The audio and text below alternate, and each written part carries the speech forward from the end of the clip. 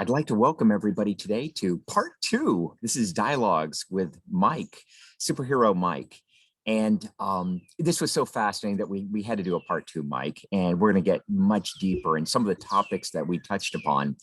The usual disclaimers, of course, the opinions expressed herein today are neither those of the University of Florida, its associated entities, all the way through the state level, the state of Florida, but purely Mike's and Layne's. And the other trigger warning quickly that some of the ideas may be intellectually challenging, stimulating, provocative, controversial today. And you're certainly, there's no mandatory viewing required. You're voluntarily free to leave at any time and leave the comments if they are. This is something we highly value, and we trust your judgment on these things.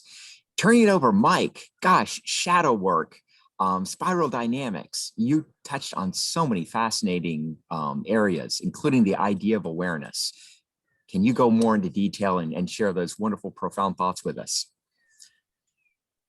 Yeah, so both, well, all of that is pretty extensive, but the general idea is spiral dynamics helps to give us an idea of a map of how our consciousness actually goes through different levels and different stages. And so that would be referred to more as like vertical growth. And then we also have horizontal growth, where we can actually, depending on like which stage we are in development, we can actually grow into healthier forms of the stage that we're in, and also other versions of the stages that we're in. Yeah, so I think, so I there's a lot to this to unpack. A lot to unpack, yeah. For sure. I think that the most important thing above all is to try to be as open-minded as possible. And someone once told me that you know, the definition of open-mindedness is whatever you consider to be the definition of open-mindedness. And I kind of disagree with that. I think to be truly open-minded, I'm going to use the quote that, you know, to be able to like entertain an idea without accepting it, to like really, you know, be presented with an idea and not necessarily have to accept it right away or reject it right away, but to be able to think about it and think, you know, is this actually accurate? Is it not accurate? Like be able to like give it like the full weight. And then you can still reject it, but you're at least giving it consideration versus, you know, you might have ideas that are presented to you that seem offensive, or, you know, that could even potentially trigger you. And being able to get past that trigger and to like really think about it, is this accurate? You know, could this actually be true? That I think is true open-mindedness and really important. Can I ask you, you were talking about shadow work, and this is absolutely fascinating to me. Let's pick up spiral dynamics. But since you're going down this path, the trigger lists in regard, right, to shadow work and what may trigger you. We all have certain triggers, right, that set off these emotional responses in us, and Right. these inner dialogues running in our head, right? Would you be willing to share what the trigger lists are, what they can help us do? And I don't know if you'd be willing to share some of your triggers with us. Yeah, absolutely. So one thing that I want to make sure to mention is that, you know, shadow work is like really going into, you know, your deeper inner self. And so you're kind of like, you know, turning over rocks that, you know, don't want to be turned over. And so I think it is important to make sure that you do it in a safe way. And you might even want to consult a psychologist and have a psychologist help you through it. I personally like going down, you know, the rabbit hole of my inner self and trying to work through my own issues. But, you know, people, and maybe even myself, you know, might need a professional to help them down the journey. So it is definitely not something light. So I just want to mention that. But so one thing that's really been helping me with shadow work is, well, first of all, I'd really like to recommend the resource King Warrior Magician Lover. And so it's actually based off of Carl Jung's work. Carl Jung has 12 archetypes, and King Warrior Magician Lover has 4. So it's condensed the 12 into 4. And there's some great shadow work exercises that are in the back of it that I've used and actually kind of turned them into my own. Like I've kind of taken them and run with them. But so one thing that's been really useful to me lately is to identify my own triggers and to also identify my own fears. And so I have a list of here's some of my different triggers. I don't know if you can see it that well, but I can definitely go over it. Sure. And so this is actually my fears list. And so identifying like some of my different fears. Sorry, it's not probably very easy to see, but I'll just read it. That'd be great. Well, yeah, some things that have triggered me. And the very interesting thing too is that so my trigger list used to be longer, and I've noticed that since I've been actually working through the triggers, that things that would have triggered me in the past no longer trigger me. And it's because of like, identifying them and going, trying to work them out. I like to consider that our journey through life is like a ship. I like to use like a ship metaphor, and that, like we want to actually even try to like make sure we know where our ship is going, like where is it on course to. Our crew can be, like the people in our lives, like who do we want for our crew? We want, people that are helping our ship move forward, right? But so working through these triggers is and doing the shadow work is almost like these are all like anchors that are attached to our ship that are slowing our ship down.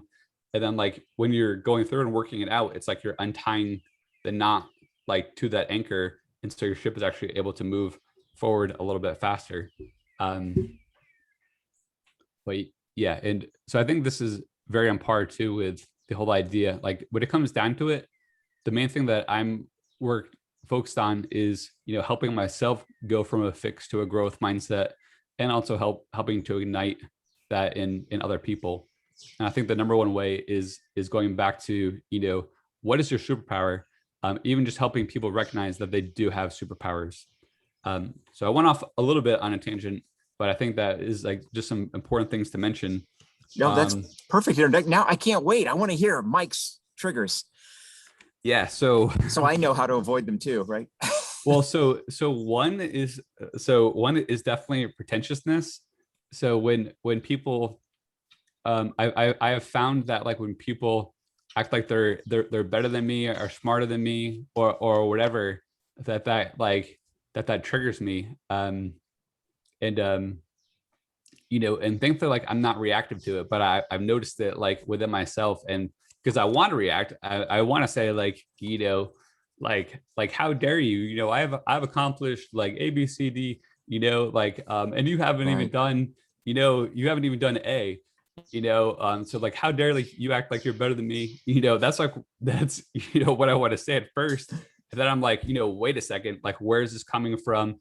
And also working on recognizing like why is this person acting like this in general, because that's generally a sign of there's something that's not quite right in them, like something that they need to work out, and that generally it's a sign of low self-esteem.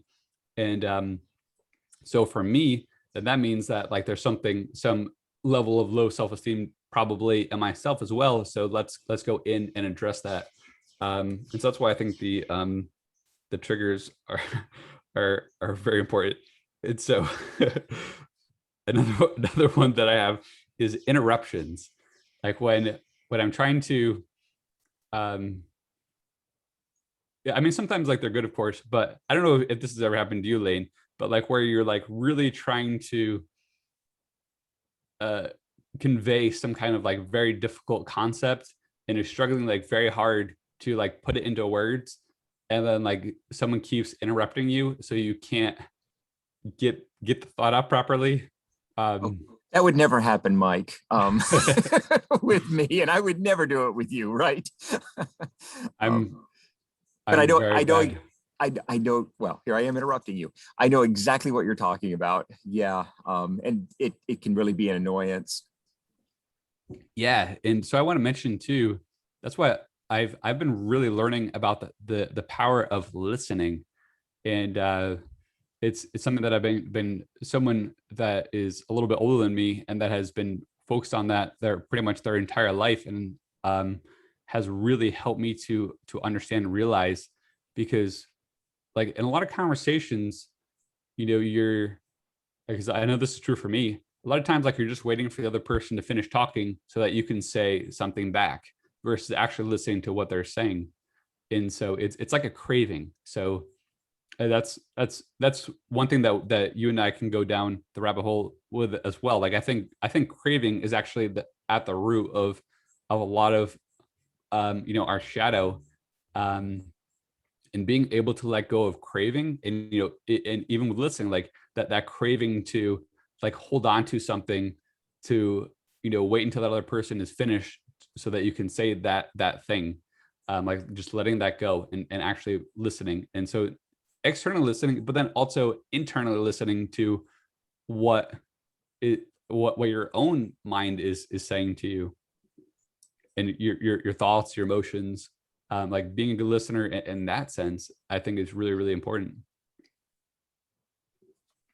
Okay, sorry, I'm going off on a lot of tangents. But no, this is fantastic. I want to hear more about it. Um, cancel, changing and canceling plans. Would that be for yourself or for others around you, It's that they're doing it to you? yeah, it's when they do it to me, and I think that's part of the J for the INTJ, because I'm relatively scheduled, and like when I schedule something, it's like that's like set. I don't think about it anymore. It's like, that's part of the schedule. Like I'm going to be there, period. And I'm going to be there generally on time. Did you know, Mike? That's why I clicked everything on, got all the equipment running for our chat today 15 minutes ahead of time, because Mike, I know that is one of your pet peeves and triggers. So I said I do not want to disappoint Mike today. Oh, So you thank you for you sharing. you would have been fine. It's more like, when you have scheduled plans, and then like the night before or like the day of, someone's like, oh, I can't make it, or like it's, I mean if there's like a genuine excuse, like it's, that's fine. But um if it's just kind of like, you know uh just like kind of like willy-nilly, it's kind of just like, but What if I thankfully, what if I uh, said, Mike, can I give you an example and tell me how sure. you would deal with it? What if I say, hey Mike, I'll see you 5 p.m. sharp at One Love Cafe. Okay. How would you, and I failed to show up. Not only am I, not just the typical 15 minutes late, right? But 30 minutes late. Well, so I've actually learned to not be as reactive to it anymore, because what I've done is started like setting up activities that, like, even if the people like don't show up, that I'm gonna have fun with anyway.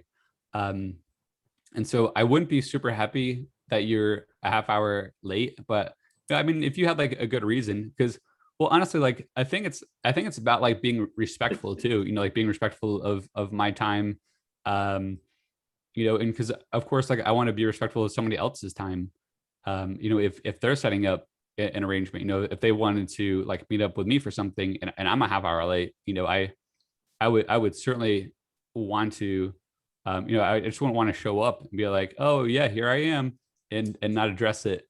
If I'm a half hour late, I would certainly want to explain why, and hopefully have a good reason. Um, yeah, because we just want to be respectful of other people's time. And So, Mike, you're saying this has happened to you in the past, right? And I'm guessing not just once or twice, but like all of us repeatedly, right? I'm sure it happens to everyone. I'm writing in my, no, I'm trying to listen. Okay, I'm writing down all your trigger lists or pet peeves here, right? Pretentiousness, right? Not interrupting, listening, right? Failing to show up, and my things that I have never ever been accused of in any way, shape, or form, right? I'm writing it down, right? I'm going to work on these. What are some others? Let's see. Um, I know I'm putting it out to myself. Don't interrupt again. Okay. acting like I'm wrong, or even like in a sense that like I'm stupid, or like that I don't know like what I'm talking about. Yeah, we're getting nitty gritty, but Oh no, Mike. yeah, it's like a like a closed mindedness to like, yeah, like sometimes I'll say something. I'm trying to remember a specific example, but they'll look at me like they won't even consider like what I'm saying. Like they won't, like, just like we talked about before about with like entertaining a thought without accepting it. Um, like they won't even think about like what I said. Like they'll just automatically think it's wrong, and and almost act like something that I'm saying is like stupid or whatever. Um, and yeah, just that closed mindedness is sometimes I'm actually like I think I've actually worked through that trigger, to be honest. Um, Can I ask you, Mike? sure. Would that be personal as well? Remember, this is sometimes, and you notice it in myself, we do self-deprecation, right? I do it repeatedly. Horrible, terrible, awful person, Layne, to ourselves, or that was a stupid idea. But can I ask you, would that be a component? We do it to ourselves as well, right? I know others do it to us, right? And that's a particular trigger when others do it to us. But yeah, we do it to ourselves all the time. Um, you know, is that a self trigger? Yeah, well, that's why having that relationship with yourself is so important, because you like that inner dialogue of, oh, like that was a stupid thing to say, Yeah. or I can't believe you did that. That's not a healthy relationship with yourself. And like if you think about it too, like you would probably not be friends with yourself. Like you would not be friends, like if you had a friend that spoke to you that way, like a real life person, like you probably wouldn't want to be friends with that person, for sure. Not for very long, right? Yeah. Yeah. And so working on that relationship with yourself, I think, is so important. So important, working on that inner dialogue, and working on changing that inner dialogue. Do you also wonder that when we speak this way to others, I just watched a fascinating YouTube clip. Gosh, and I wish I could remember the name because I should give a shout out. This is not my original idea. They were talking about all of us being actors, and that actors can deliberately do this, that we're all, in terms of, instead of using privilege and class, status, okay, combining this into status, and that we accord the other person that we're talking to, right? Mike, today I'm recording you, incredible status, being, the guest and somebody that has inspired me. And so we self-deprecate, right? Sometimes we do it to give the illusion to the other person, right? Or to actually transfer, not give them the illusion like a games people play, but actually to give them, empower them. In other words, to say, you're important to me, right? So we self-deprecate ourselves. Does that make sense? We lower ourselves on the pedestal, right? In order to make the other person feel valued and esteemed in Yeah, the maybe. interactions. Yeah, like maybe even like non-threatening or something. Exactly. Yeah. As a lawyer, sometimes I feel like, when the students come to me, that, they feel like I might be in a position, right, of power, right? That magician, right? If we were gonna, use the Jungian archetypes. And they're, we can call it all kinds of different words. I don't know if I would call it magic, necessarily. But they come to me, position of power, right? And immediately, they're surprised to find that, I ask them, hey, tell me about your journey, a little bit. What books, what movies, do you like? What resonates? What music, what resonates with you, And I found that that's really a good way to diffuse before jumping into that hardcore legal issue, right? Um, Thoughts? I think that's a fantastic way to go about it, because you're showing that you're actually interested in that person, that you care about them. Yeah. Yeah, And empathy, right? yeah, I think that like helps like diffuse like the seriousness of any of the legal parts as well too. And it also like helps to show, yeah, like I think just the fact that you are showing that you actually care about that person, like it just drops like so many barriers. Thank you. No, I appreciate that. Partially, I may be using this for therapy, and I know you pointed out you're not a licensed psychologist or a psychiatrist, right? I think I'm not sure there's a licensure for life coach. I certainly consider you to be a life coach as well as a Renaissance person. Um, you went down the rabbit hole. We're getting into the nitty gritty. I'm going to give you a choice here, okay? Because we're getting into very personal details, which thank you, Mike. And certainly if there's anything you want me to edit out, I will definitely do that here. And I'm going to share a couple of mine with you shortly, but I'm going to give you a choice. You can either tell me your triggers, right? Go down that list more, or your fears. If you want to change gears and give me your list of fears as well. Triggers or fears? That great. We're going to split the universe off into this quantum choice. Okay, here.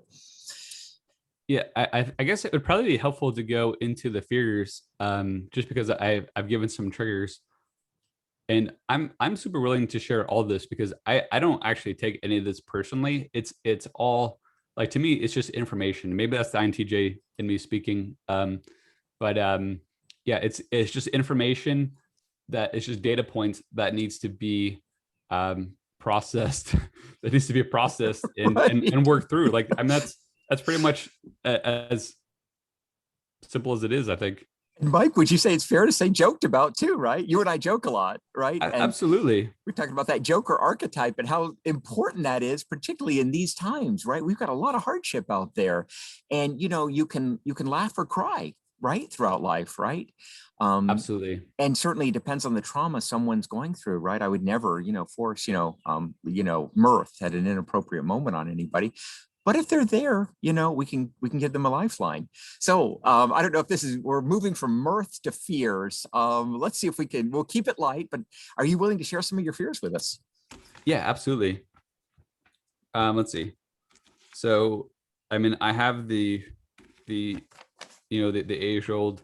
Oh yeah. So before I get into this, like, one thing that I wanted to say is that, yeah, I think it is important to be able to address it and just get it out there, and you can laugh about it, because like a lot of times, like with these triggers and these fears, like people are ashamed of it. And so like when you're not ashamed, I'm sorry, so when you're ashamed of it, then we have the tendency to like kind of push them away, or push them down and not address them, because we're ashamed of it.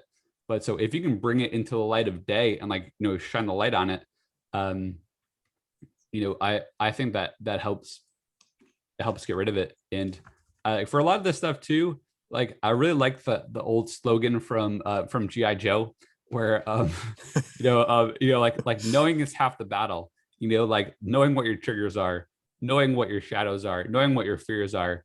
Like when you know them, then you can take the action. And so like learning to know them and recognize them, and like being serious about trying to find out what your triggers and fears are, and other areas of yourself that you need to work on. I think that's a vital first step.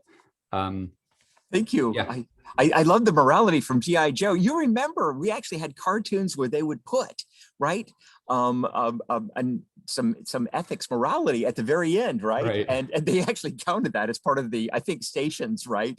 What do they call it? Educational programming. So we had these amazing. You and I, resonate on so many different levels. You're much younger than me. I'm going to grant you that, but I remember growing up, GI Joe, He-Man, right? Wonder Woman, right? These various wonderful, not only I hate to call them cartoons, right? Because I think they were morality tales, in a way, right? And so thank you for that theme. I just wanted to point that out. You're making me laugh, which is great too.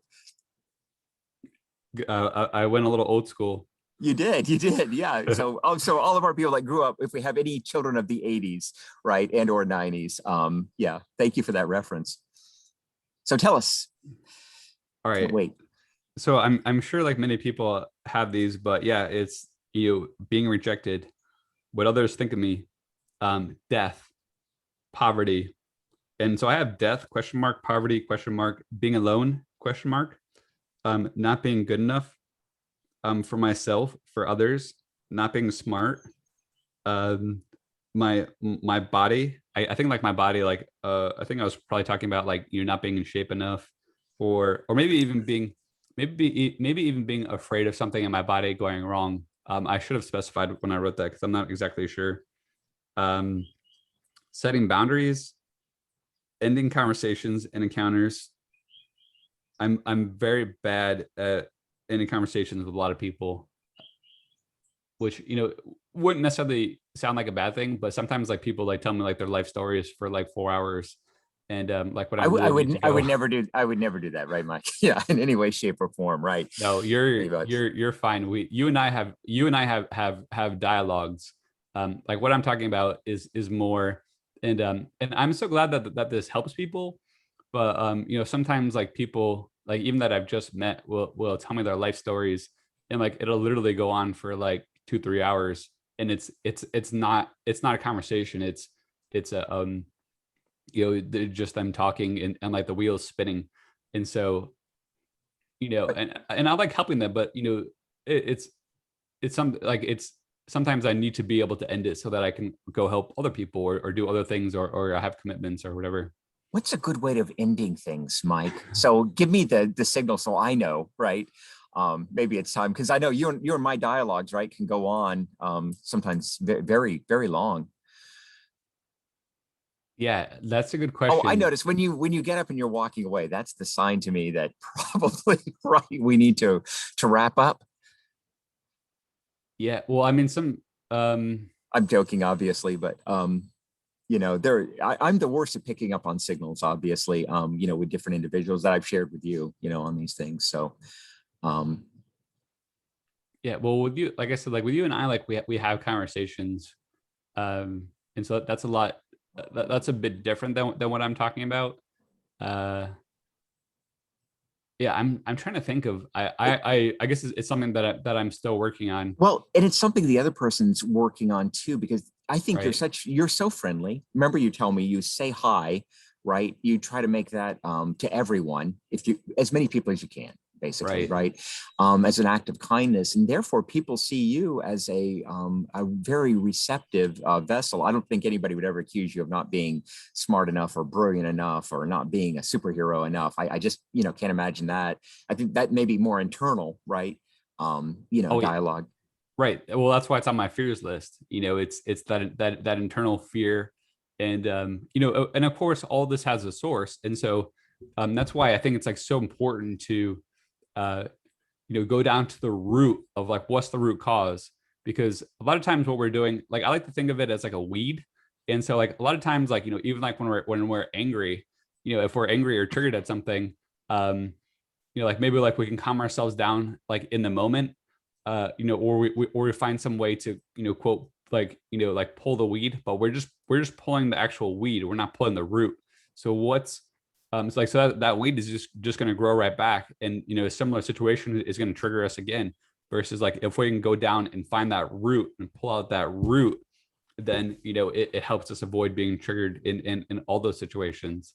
And so I'm sure with that not being smart enough is, it's probably going back to my childhood, and how I was treated by my parents, just to go a little heavy, my dad was always very hard on me, and like even when I was doing very, very well in school, he still gave me a hard time. And so it made me wonder, like, am I not smart enough? Is something up with me, when Yeah. it's probably honestly not with me. But it's a it's because we learn so much from our parents, and so like the way our parents treat us and act to us, like I think they can actually be internalized inner voices like in our head that actually follow us through adulthood, because honestly, like I mean, when we're adults, like we're still actually like little kids. We're still children that just have bigger bodies. Like there's no magical like device that like turns you from like once you hit 18 or whatever, like you become an adult, like from being a child. You know what I mean? It's like it's not like a switch that flips. Like we're like a lot of those things that still bothered us as a kid still influence us now. Thank you for that. Yeah, we're really going down the rabbit hole here. I wanted to share with you that that message about not being good enough. I think we all have that inner dialogue. Like you said, we are very contextual. It's how we grew up, how we were influenced. Remember, I shared with you that my not being good enough, I call it the teacher's pet syndrome, right? And I hate to say I was bred, right, to always be the best, try the best, right? Be all you can be, never disappoint anyone. But sometimes you can lose a part of yourself, right? By living to others' expectations. That's where I come up with that. I don't know if it's my own terminology, but teacher's pet syndrome. We constantly try to please others, right? Right. And we're the worst, a judge of pleasing others because we can't get in their head, right? So we're constantly saying, we don't meet those things. It reminds me of the character in Cloud Atlas, who was specifically bred, literally in this purpose, to serve others, right? And trying to break out of that mold. That's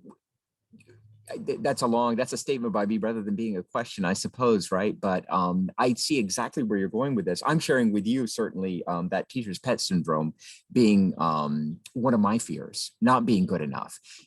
Rarely for myself, but it is coming from internally, right? But I always feel like I project it onto others. Do you think that is that something that you find yourself doing? I guess ways to overcome that, right? There are positive affirmations, maybe we can go with forgiving Yeah. ourselves. Yeah. I think maybe before and maybe even still now, I'll have to think about that. But yeah, I think it's really just called like people pleasing in psychological terms, or being like a people pleaser. And yeah, I think I'm much better about it now, because well, I just realized too that what other people think, and how people like not first of all like not everyone's gonna like you, but also like trying to derive that happiness and that sense of validity and fulfillment, whatever, from an external source, from people, like, is never going to work out. It always needs to be, it always needs to be internal first, or internal period. And so, like, I think even maybe just pleasing yourself, so to speak, um, like doing things that make you happier, or and or like proud of yourself, or it goes back to having that relationship with yourself, because you're definitely like you're never going to be able to please everyone. And and even trying to like go for that achievement, so to speak, is always going to leave you disappointed and always leave you thinking, It, like, I can't believe I did that. I can't believe I said that. Now that this person's not going to like me. And then you go down that whole rabbit hole that's not helpful. can I ask you, yeah, about that? That it's great. I want to know, Mike, tips for happiness. What makes Mike happy? And you and I know a lot of people, we get caught in this trap of I want the new car, right? The new sports car will make me happy. The girlfriend, boyfriend, partner on the side, will make me happy, right? And grass is always greener. Once I get this bulletproof coffee in the morning, it's going to make me happy, right? How do you feel about that? What makes Mike happy? Is it those things, or are there simpler things that you think that really would make us more happier? Well, I think the problem is, even trying to make yourself happy and think that anything external is going to make you happy, because um especially, so there's a lot that I can say on this, but like even like with objects, actually, they found that once you get an object, that like you have a slight hit of happiness, and then the happiness fades almost immediately. And that actually, experiences actually in, increase in happiness, after you've had them, like like as they age. So objects, as the time goes by, decreases like very quickly. but memories, like happy memories, actually can increase. And so I think with happiness, um, I don't know, it's kind of semantics, like with the different word choices, but what I've come across is the concept of joy and how you can feel um, joy like at any time, whereas like happiness is like you're happy for a period of time, and then it drops the other way, because like the happiness like ends. It's like it's like a drop, and so because then you're almost depressed a bit because you're not in that happy situation anymore. um yeah, because and so happiness is just like it's just temporary. And so like even like, well, so you're talking about like even with like the relationships, like with the car, like that's why I think like relationships with other people, especially like boyfriend girlfriend, like so many people try like think that that's if I just get a boyfriend, that'll make me happy, or if I just get a girlfriend, like that'll make me happy. That's really just the cherry on top. Like the most important thing is, I don't know, I guess the Sunday, which is relationship with yourself, and I guess all the different layers of the Sunday. Um, I guess that's a metaphor I could have a little bit more fun with. But I think really what I try to focus on is not necessarily trying to be happy, but figure out what makes me unhappy and why. And so going back to the triggers list, into the fear list, and learning to let go. Like learning to let go is really what I've been working on, the core of what I've been working on lately. And especially like letting go of those cravings, like letting go of the cravings to maybe be friends with such and such person, or you know um feed my face, eating lots of ice cream, or you know um like even the craving of you know making sure that I go out for frisbee, or what I mean, just being able to let go. And if things don't work out my way, that's fine, and just being okay with things as is. Thank you. Yeah, Mike, I think that's great. I mean, one of the things you and I, we could go down a whole nother episode about here, biohacking, and being all we can be. My students, I know we've had this dialogue sometimes about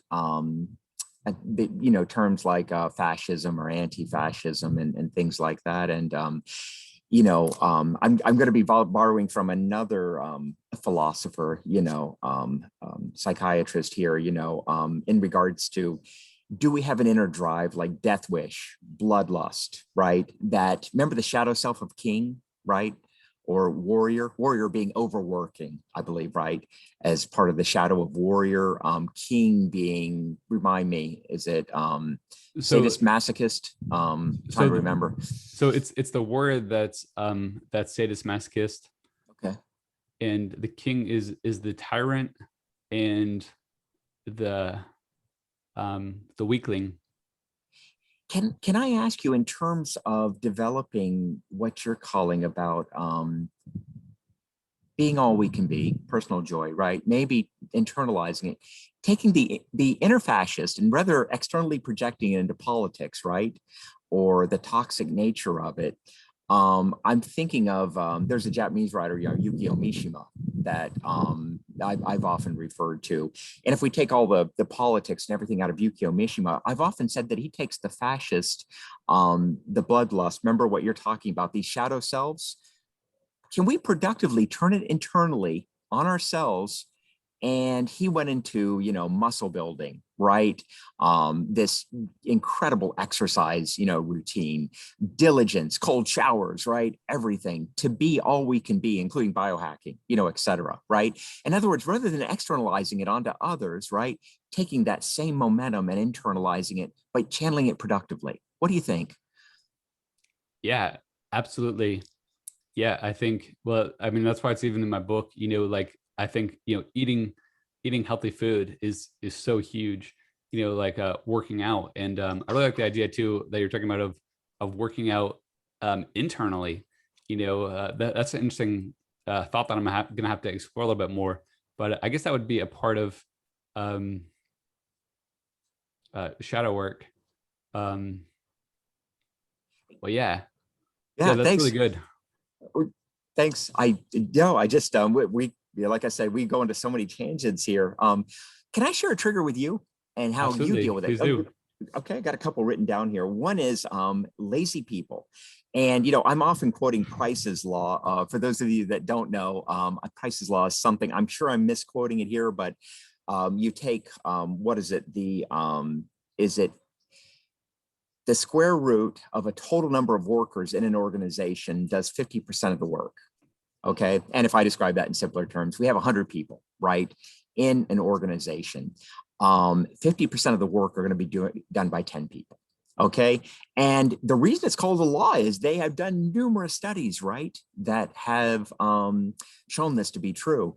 And I know one of the individuals that I know that you quoted, we have discussed, is Jordan Peterson, which, again, will all politics and personal pronouns and everything else aside, right? He's quoted this. I quote it. It's one of those things you encounter. And I don't think laziness is the right thing. Like you said, everybody operates on their own wavelength, right?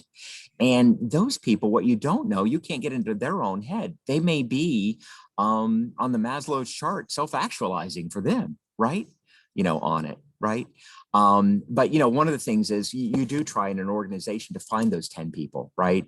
And they may be diamonds in the rough, and they may be the unacknowledged heroes, right? And you try certainly to promote them, hopefully not to the Peter principle, where they end up in a position, right, where they're not as competent as they've been, in other positions, right? But lazy people, I guess I can throw toxic people in there as well. And one other dimension I would throw in there for me, right? And I'm externalizing it here for me, my pet peeve list or trigger list. But people that harbor resentments, maybe against ourselves or to others, that have not reached that point of forgiveness yet, right? And those being triggers, for myself, I'm sure others out there personally, how would you deal with some of those, right? And I guess, I'm trying to externalize it when truly it's my internal judgment, right, on other people, right, that comes to haunt me. Right. Yeah. It could be, it could be you. We talked about the whole the idea of the shadow mirror, where sometimes, like, if something is upsetting you about another person, that it could actually be something unresolved in you.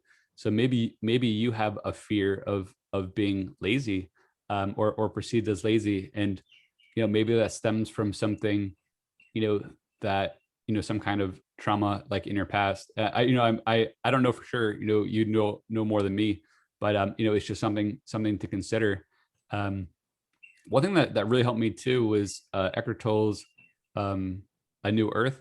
He talks about how people aren't really so much good and evil. It's just that people have different levels of dysfunction. And this is also another reason why spiral dynamics is so helpful to me, because if you kind of understand, like, where someone is coming from, and realize that, like, they're just not even sometimes capable of certain of seeing ways that they are, or what they're doing. To me, like, that makes things a lot easier. As our friend Vincent famously put, you can't be upset with the duck for being a duck. Of course, you don't want the duck to come bite you, and, like, that's not okay. You got to set the boundary. But like, you can't be upset with someone for being how they are, because that if they don't know better, like, they don't know better. And at least that helps me a lot, like, knowing, like, understanding, like, where they're coming from. Because it's one thing, like, if they're purposely being malicious, but, like, if they don't even actually realize how they're being, Right. then it makes it not personal. Like, it takes away, like, it being a personal attack, to just being, like, this person is just thinking in this certain particular way, and they don't know any way different. Right. If they're being pretentious, not listening, interrupting you constantly, right, Mike? All of those things, right? I think you just made an excellent point, to bring it all home. And for those that don't know, this is the great thing when we don't have, somebody else joining us, we can completely throw them under the bus. It's Dr. Vincent Schroeder, at Counseling and Wellness Center at the University of Florida, one of our wonderful psychologists there. And certainly we'll have to get him on a program, right, as well, I think. Absolutely. Was spiral dynamics introduced to you by Dr. Schroeder, or had you already been pursuing that independently?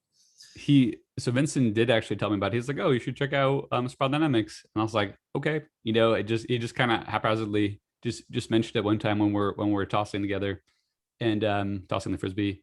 And yeah, I was like, okay, I'll check it out and listen to a video on it. And it was just like, this makes Just so much absolutely sense. amazing. I'm going to ask you for a link. You can send it to me and I'm going to put it in the description. Okay. So Sure. that, cause I know you could spend hours analyzing different levels. It's something, it almost takes Maslow's hierarchy, right? But the incomplete portions and builds upon it, right? And in terms of self-actualization, but also not just for the individual, but for society as a whole, right?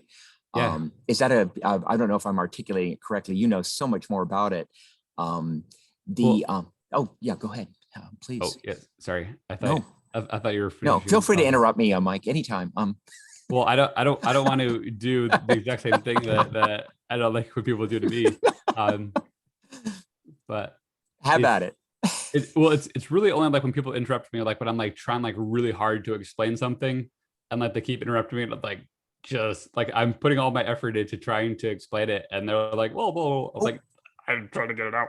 you know, Um, Mike, I just have to tell you that when I fast, right, I do the extended fasting, because it's like limitless, the brain power, brain's running on ketones, yeah, and the problem is you're running 3-4 times, the speed, right, of some other individuals in thinking and stuff. And I find myself, Mike, and I'm sure I've done this to you, you're throwing words in.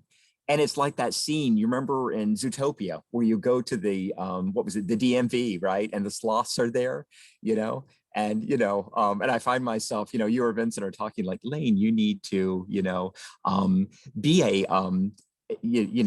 a harder worker, get my life together, study spiral dynamics, look at Jung, I'm throwing all these, things out there, right? Because your brain, right, wants to intercede. So I apologize to you, and it's probably a good lesson to me that we run on different wavelengths, right? And different speeds.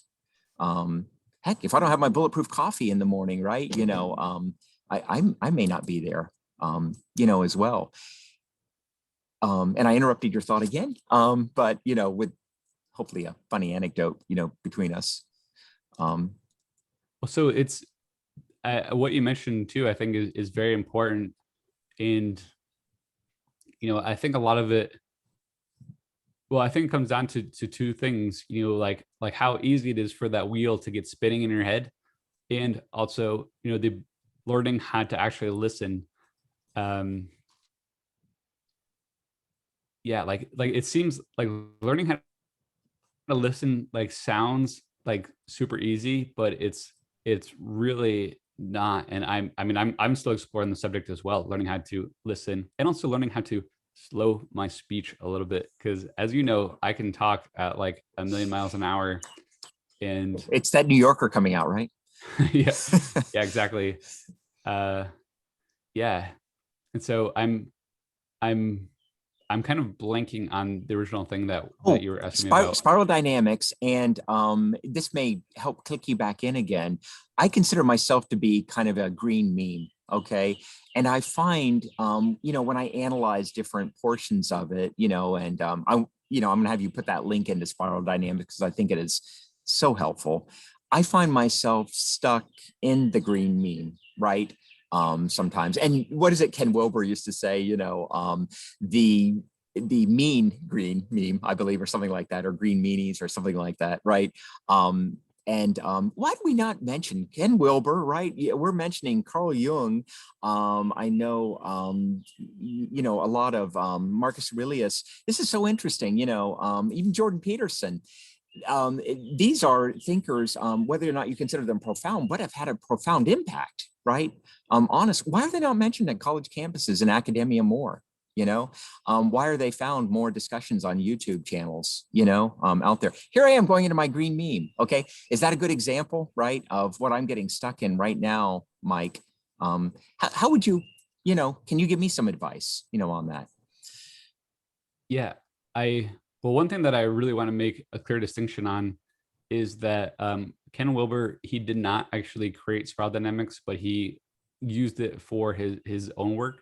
So I think it's like he changed a bit of spiral dynamics. So I think I think it's fine to take a look at his work, but also to take a look at the original work.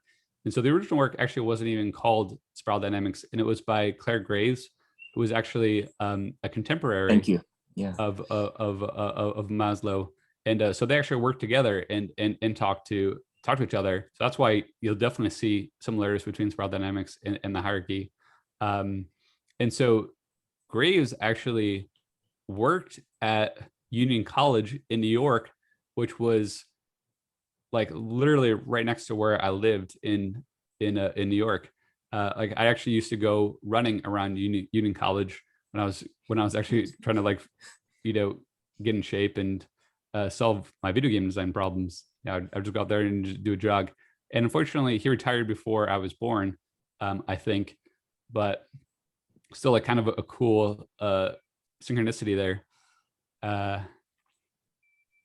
And yeah, so I have a lot to say about like the different stages, but I think sometimes like people tend to get like a little bit too obsessed with like what stage they're in and try to like figure that out, which I think that's fine.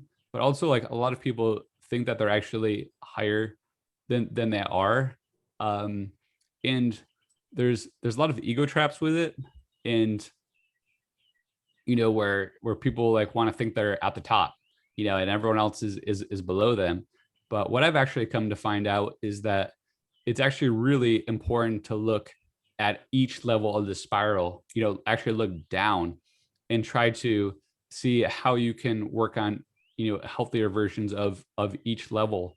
Because I like to think of it as a Jenga tower. And I'm going to be presenting this actually on Saturday in more detail. If you Oh wow, like is this tomorrow or the following Saturday? The following Saturday. That's so great. I think it's March 27th, I think is the date. Yeah. Send me the link to that. And if we're able to share it, let me know. But yeah, so it will be recorded on YouTube. But yeah, it's essentially the idea of the Jenga tower. And even if you don't resonate with spiral dynamics, I think it still works anyway, where if you think you're at like a very very high level, and that you're superior to others and you haven't worked on your lower levels, like your Jenga tower is going to be, a lot of like one piece blocks, like each level of the spiral, is going to be like one Jenga block. So if you have like even like a slight breeze, your Jenga tower is just going to topple over, versus if you work on, filling out, so to speak, each level of your level of the spiral, then you have a much sturdier foundation. And so like when you encounter a wind, or which is essentially like a rough time in your life, or even these different triggers, like your tower is much more likely to withstand the the situation instead of tumbling over. Thank you. What a wonderful analogy, Mike. I like that. it. Yeah, I'm a fan of Jenga, and because of you and Vincent, a fan of spiral dynamics, as well. I think that's wonderful. You're looking at it. I think it's much more integrative, is probably the word that I would use, right? And are there any individuals out there that you feel, remind us, what's the color at the top of the spiral dynamics? So that's another very, very common misconception. When Graves did the original work, he actually said that he doesn't think that there's any end. And so, this is like really important, like even in the spiral dynamics community, because people are obsessed with trying to move up the spiral, where and actually the theory is that you can't purposely move up the spiral. It's due to life conditions where you're experiencing certain life conditions, and then you find that your current way of thinking isn't working, and that it makes a shift. And but what we can work on is our horizontal growth, which is becoming more healthy in the level that we're at, and also the earlier levels. And so that's what I think is should really be the focus, because the healthier you are, the healthier your base is. Like when you do move up to a different level, you're going to have a much more solid structure. Yeah, it's good. So you're actually saying that at the top, I've got to get the chart from you with the link, right? It's hard for me to describe it, but when you get to the top, there's actually an arrow still pointing, right? Yeah, spiraling upward. There is no up. Like we don't. So technically now, like the top is turquoise or coral, but we don't know what coral is. Graves didn't get there, and so Graves' work was continued by Beck and Cohen as well, and they're the ones that termed spiral dynamics. So they have their of course their own views as well, and but really, I mean, I think the most important part of spiral dynamics is how it works for you personally, and how you can use it in practical forms and explore it on your own and explore yourself, and also because spiral dynamics can be applied to more than just an individual level too. Like you can actually apply it to societies, to currency. There's many different applications of it. Can I know you were saying the common misconception, that somebody is stuck, maybe in a particular level. I've always wondered, and while I have you here, dealing with toxic people, and I know you and I have touched on it, in this conversation or dialogue. I'm just going to leave the conversation running. I think I may just post this entire thing, then break it up into parts, right? As we go on, with it. But toxic people, everybody encounters toxic people in their life, right? And I think I told you my very quick, and I've learned this, I guess I can't say the name yet, but a very good other friend of mine had told me the 3 E's. Okay. And I'm a product of management. My undergrad was management. Underground. What an interesting Freudian slip there. My undergrad was management. And the 3 E's are, when you deal with toxic people: escape, evade, and only if necessary, engage.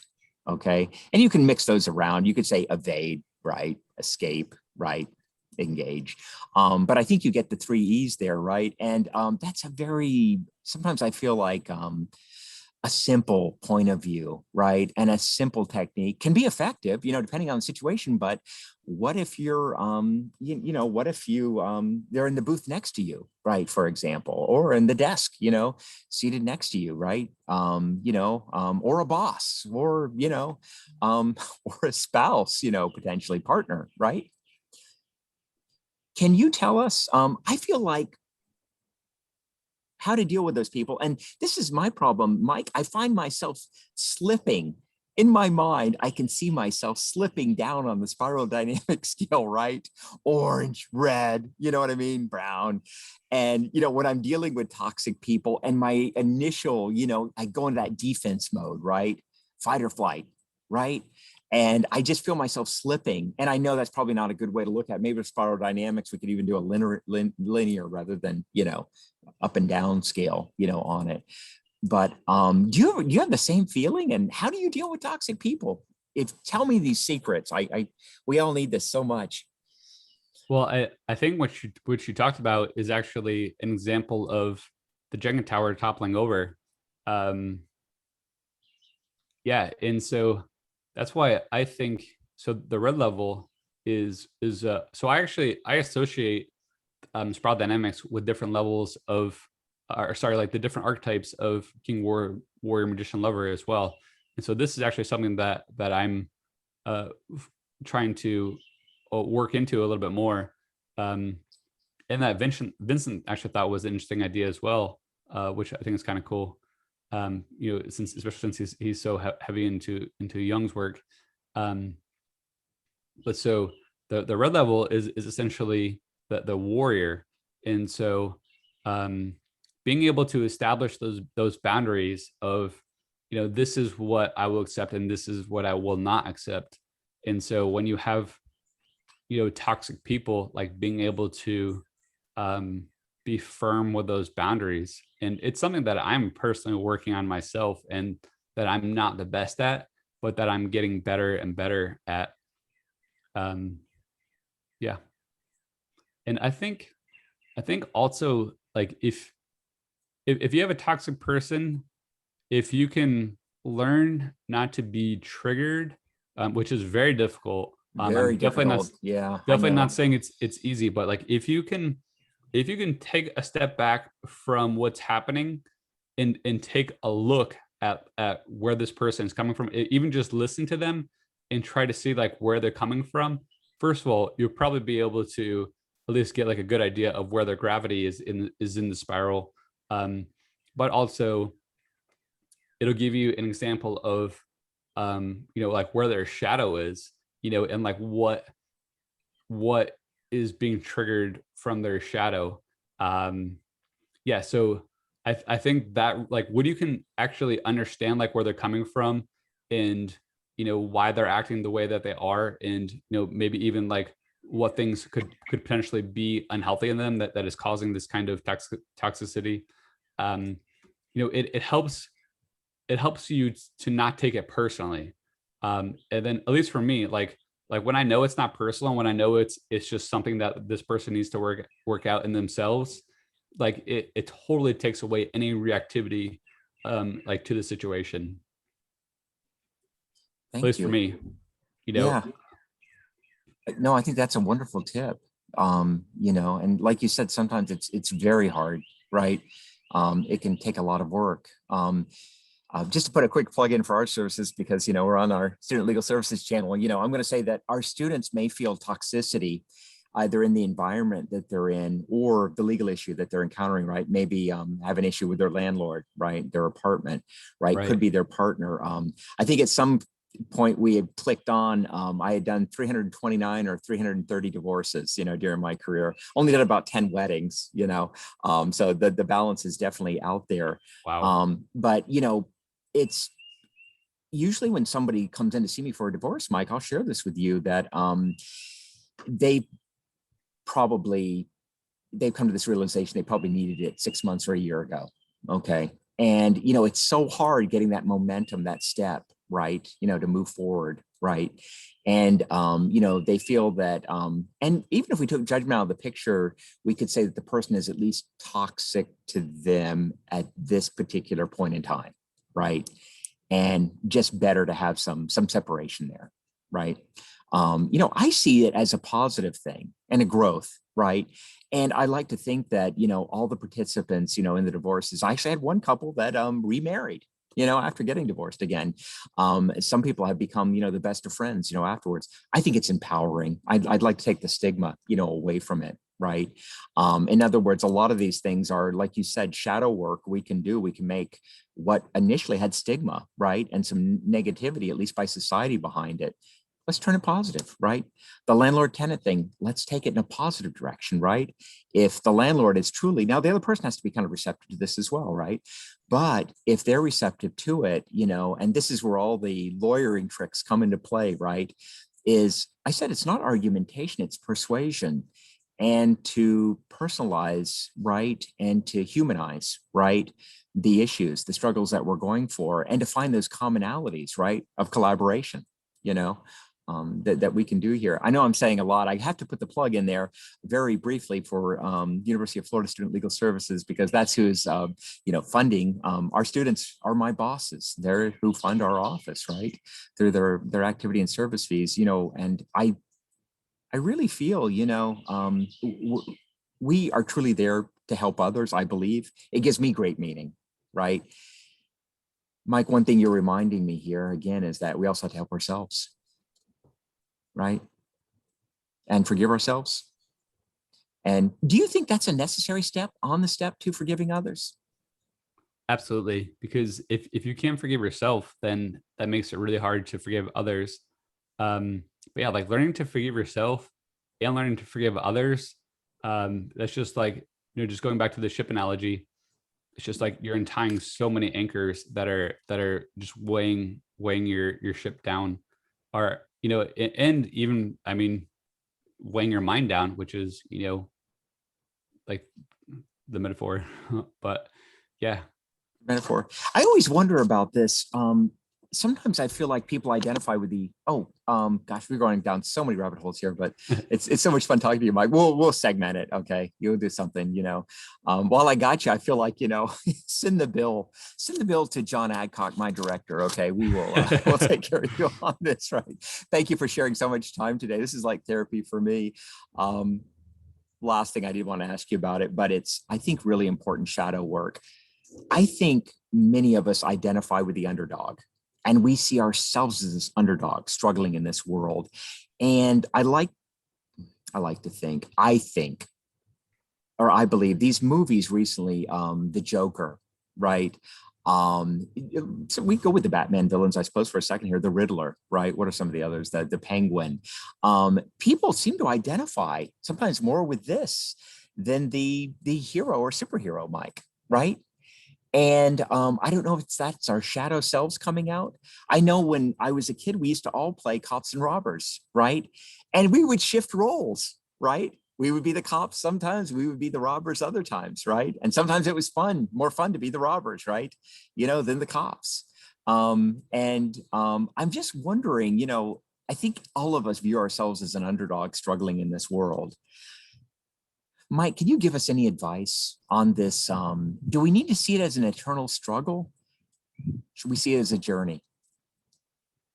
Definitely, as I think, as a journey, and as a fun journey, like where we get to actually, oh, that's why I think like doing the inner work, like to me, is actually like really fun, because I'm learning so much about myself that I never learned before. But just going back to my book, um I think, I mean, I found this with my students, because my students were uh generally from not the best conditions. A lot of them had uh really gone through really hard times, much harder than anything I had to deal with. And when I even just asked them the question, what is your superpower, and we explored that in class about like what their superpowers were, um that made such a difference to them, and an incredible, literally life changing. And so I think just realizing that you actually do have superpowers, that you do have things that you contribute to the world, like you are actually important, helping to shift from that fixed mindset to that growth mindset. um that I think is the most important thing. And because I'm definitely not perfect, I have a lot of work to do, and I'm sure most other people do. But it's even if you just take baby steps, it's just taking that one step, that one little step at the time, you know um to work on this growth, and work on learning yourself, and learning to have a relationship with yourself. I mean, I just think it makes your life so much better, and it makes the lives of everyone around you so much better. Yeah, thank you. Those are great. I think some closing thoughts here. I ask everybody these questions, so I'd like to consider these the fun questions, Mike. Okay. Do you have a spirit animal? An animal you identify with? um You already know mine, so I like the fox thing, but All right, Fox among Fox. yeah, and I don't know if it's one of those things that like I said, that was thrust upon me. That was not my own choice. I don't know why. Over the years, people have identified me with a fox. I don't think it's exactly the greatest analogy in the world there, but or metaphor. But yeah, the legal fox. My guys, you're thinking, which is good. I've engaged you. um I blindsided you. I've never really thought too much about that. My Chinese zodiac is the monkey, and I've always been a fan of the character, Sun Wukong. And Yeah. so maybe maybe the monkey, just because they kind of just like jump around everywhere and have fun. but like they're relatively clever too. So I like that aspect about them. Like they're inventive. That's great. We're okay. So we're gonna go with monkey for now. And I'm writing that down. No, I think the monkey is great. You know, we were talking about, you know, that sense of play, right? Being so important, right? Absolutely. And laughing and joking and jumping around, right? And you were definitely all of those things. Favorite music? Well, that's a tough one. I like so much different music that I mean it can be different, like even depending on the day or like even during the day. I don't really have any specific preference. Um, yeah, I'm not sure. I guess it depends what mood I'm in too.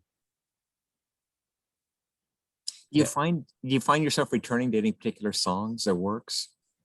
yeah. I love Minuet in G, by Bach, or I mean I guess there's some debate if he actually wrote it, but yeah, Minuet in G is really good. Um, a lot of classical pieces I return to. Um, I've always liked, of course, Ode to Joy. I'm trying to think of. I mean, I know that there's songs that I like to listen to, but I'm No, blanking on them. the classical music, Ode to Joys and Bach. I like the intricacies in Bach's music, and I like the cyclical nature of building upon, you know, the theme, and repetition and repeating it. I know some Bach does not resonate. Philip Glass, I love, right? You know, kind of consider him a modern day Bach, you know, in other words, the cyclical nature and repetitions. I know some people do not, you know, because of that, but I find it inspiring when I run, you know, particularly.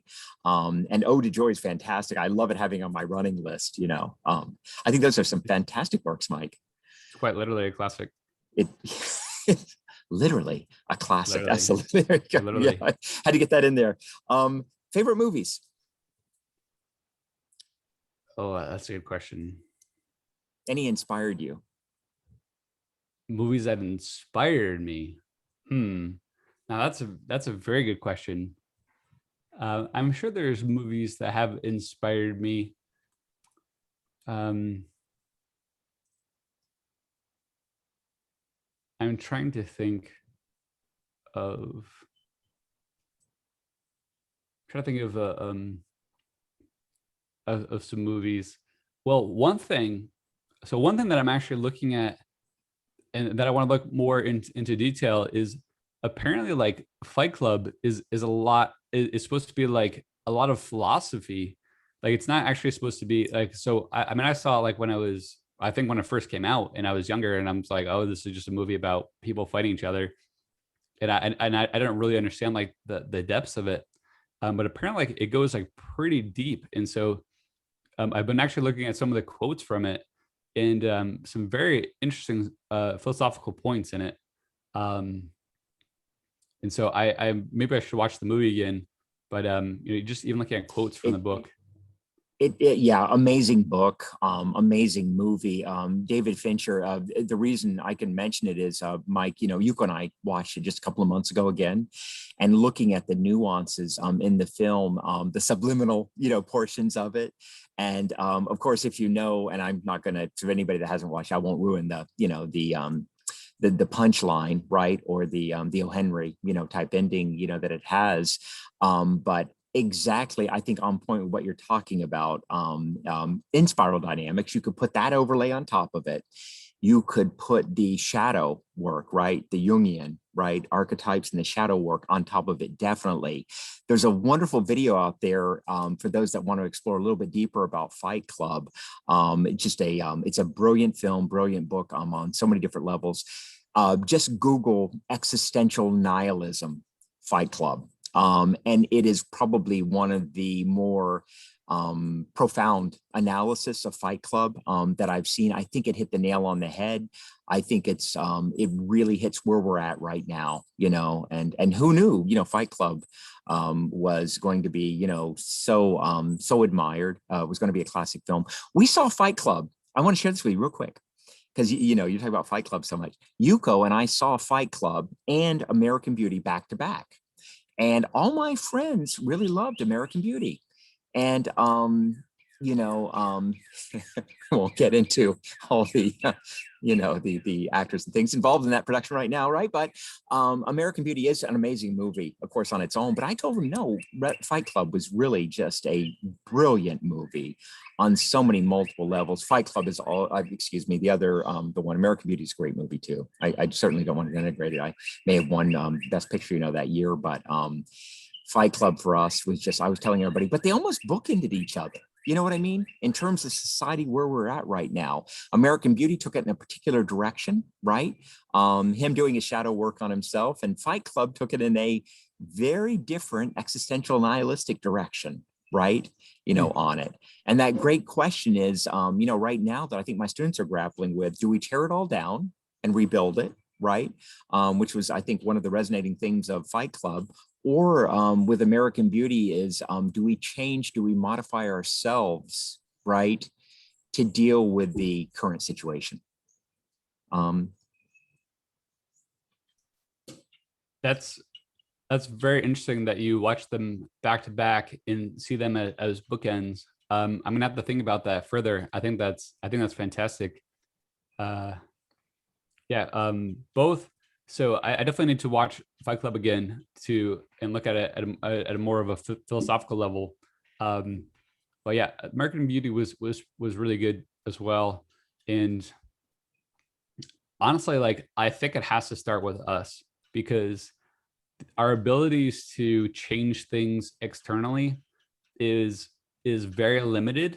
It is possible, but it is really hard to make a difference externally, I think, unless we make the necessary changes internally. And I'm also a firm believer of leading by example. And, you know, the whole quote of, you know, like, be the change that you want to see. Yeah. Thank you, Mike. I think that's a great closing thought to close out today on.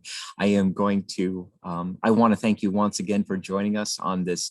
I've now burned up 2.5 hours of your life, you know, and literally burned it into a recording, you know, to share with my students and other viewers as well. I don't see our channel just as being with our students. I think of it for the community, right? Your message of helping others, the shadow work, helping ourselves, delving deep in. Mike, I can't thank you enough. You are truly a Renaissance person. You are my superhero. And just thank you again for sharing this insight and this wonderful information with us. Yeah, thank you so much for having me. And you're my hero too. Thanks for all the good work that you do. Thank you, sir. Bye-bye. All right.